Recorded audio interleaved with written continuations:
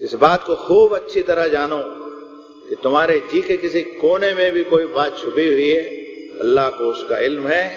اللہ کے عذاب سے، اس کی ناراضی سے بچنے کی ہر موقع پر پوری کوشش کرو اور دھیان کرو، اور اس بات کو بھی جان لو کہ اللہ بڑا بخشن ہارا بھی ہے، وہ برداشت کرنے والا ہے۔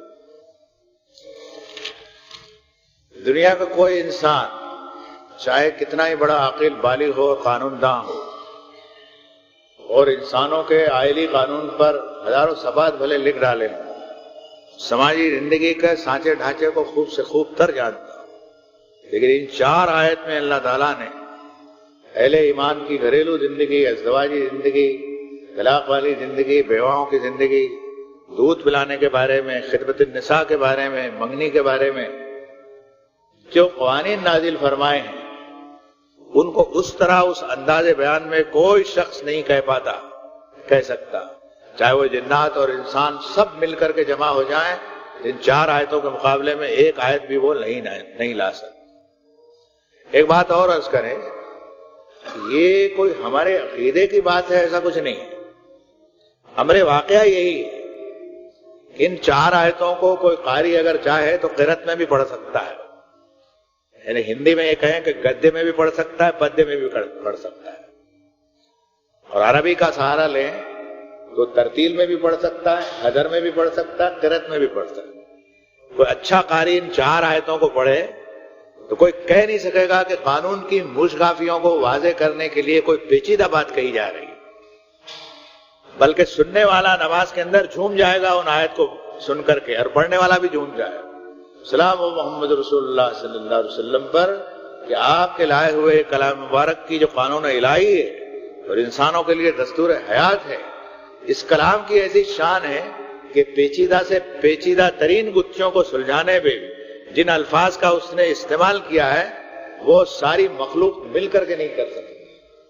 اسی کو رب تعالیٰ نے فرمایا کہ قُلْ لَئِنِ اجْتَمَعَتِ الْإِنسُ وَالْجِنُّ عَلَىٰ أَن يَأْتُوا بِمِثْلِ هَٰذَا الْقُرْآنِ لَا يَأْتُونَ بِمِثْلِهِ وَلَوْ كَانَ بَعْضُهُمْ لِبَعْضٍ ظَهِيرًا۔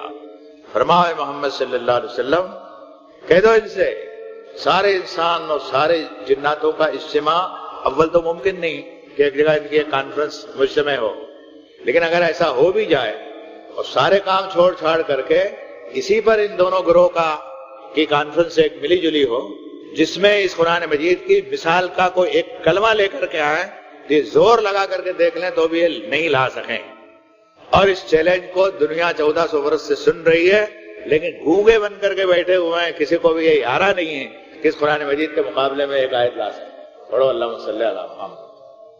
تمہیں مبارک ہو کہ پیچیدہ ترین قوانین جس کو اگر عدالت میں چیلنج کیا جائے، اتنے مسائل اس میں پیدا ہوتے ہیں، کورٹ کچہری میں اور وکلا میں اور فقہا میں اور محدثین میں اور سوال جواب میں اور گواہیوں میں، اور ان پیچیدگیوں کے اندر پھر پیچیدگیاں پیدا ہونے لگتی ہے لوگوں کی کجبیسی کے سبب میں، آدمی حیران ہے۔ آپ نے موجودہ دساتیر کے تحت دنیا میں جو آئلی قوانین کے فیصلے ہوتے ہیں ان کی عدالتی کارروائی اگر دیکھی ہو، ایسی خوش اور ایسی سکھی اور ایسی بدمزہ اور دل کو دکھا دینے والی اور مسئلے کو حل نہ کرنے والی عبارتیں آپ کو پڑھنی پڑے۔ سلام و محمد رسول اللہ صلی اللہ علیہ وسلم پر کہ آپ کی لائی ہوئی کتاب میں ان پیچیدہ گتھیوں کو، جس میں انسانی معاشرہ کبھی کبھی ڈاواں ڈول ہوتا ہے، ہر ایک نہیں ہوتا، لیکن کسی کسی کو یہ فاصلے طے کرنے پڑتے ہیں، شخصیات کو بھی اور خاندانوں کو۔ اس وقت اس کی زندگی جو اجیرن بنتی ہے وہ دیکھنے سے بنتی ہے۔ پوچھو ان لوگوں سے جو ہلکے پھلکے معاملات میں موجودہ کورٹ کچہری کے اندر جو چکر لگاتے ہیں، مالی اعتبار سے، وقت کے اعتبار سے، ذہنی اعتبار سے، قلبی سکون کے اعتبار سے، وہ پورے کے پورے خسارے میں ہوتے ہیں اور کوئی چیز ان کے ہاتھ نہیں پڑتی۔ اس لیے شریعت اسلامی ہم کو یہ کہتی ہے ثم جعلناک علی شریعۃ من الامر فاتبعها ولا تتبع اهواء الذین لا یعلمون۔ کہ محمد صلی اللہ علیہ وسلم ان سب کتابوں کے نزول کے بعد، تمام پیغمبروں کی بعثت کے بعد، ہم نے آپ کو ایک شریعت پر کھڑا کر دیا ہے۔ ثم جعلناک علی شریعۃ من الامر، اور یہ شریعت احکامات سے لبریز ہے، بھرپور ہے۔ فاتبعها، آپ اس کی اتباع کرو، اور اپنی قوم کو اور اپنی امت کو بھی حکم دو کہ ہمارے ان احکامات کی وہ پوری پوری پابندی کریں. وَلَا تَتَّبِعْ أَهْوَاءَ الَّذِينَ لَا يَعْلَمُونَ. ہماری کتاب کے مقابلے میں جتنی شکتیاں اور طاقتیں اٹھتی ہے، چاہے وہ شخصی ہو اجتماعی ہو، وہ کچھ جانتے نہیں ہیں. ہماری کتاب کے مقابلے میں ان کو کوئی علم نہیں. اور اگر ایسا تم نے کیا تو انہم لن یغنوا عنک من اللہ شیئا، اللہ کے قانون کے خلاف کسی اور چلن کو دنیا میں تمہارے موجود ہوتے ہوئے زندہ کیا گیا تو تم کو خدا کے مقابلے میں کوئی کفایت نہیں کر سکے گا، کام نہیں آ سکے. ان الظالمین بعضهم اولیاء بعض. ظالم ایک دوسرے کے اولیاء ہو سکتے ہیں، مومن کے اولیاء ظالم نہیں ہو سکتے. مومن کا ولی اللہ ہے، اس کا رسول ہے، اہل ایمان ایک دوسرے کے ولی. ان ولیکم اللہ ورسولہ والذین آمنوا الذین یقیمون الصلاۃ ویؤتون الزکاۃ وهم راکعون ومن یتول اللہ ورسولہ والذین آمنوا فإن حزب اللہ هم الغالبون. تمہارا ولی اللہ ہے، تمہارا ولی اس کا رسول ہے. تم آپس میں ایک دوسرے کے ولی ہو. پورا مومن معاشرہ، پورا مومن سماج ایک دوسرے کا ولی ہے، نگہبان ہے، دوست ہے، ہمدم ہے، غمخوار ہے اور دل سوزی رکھتا ہے اس کے بارے میں میرے بھائی کو کوئی نقصان ہو.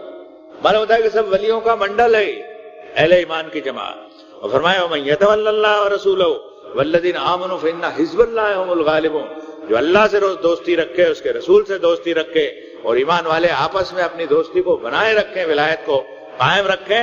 فرمایا یہ اللہ کی فوج کے اور اللہ کی پارٹی کے لوگ ہیں اور اللہ کی پارٹی زمین کے اوپر غالب ہے.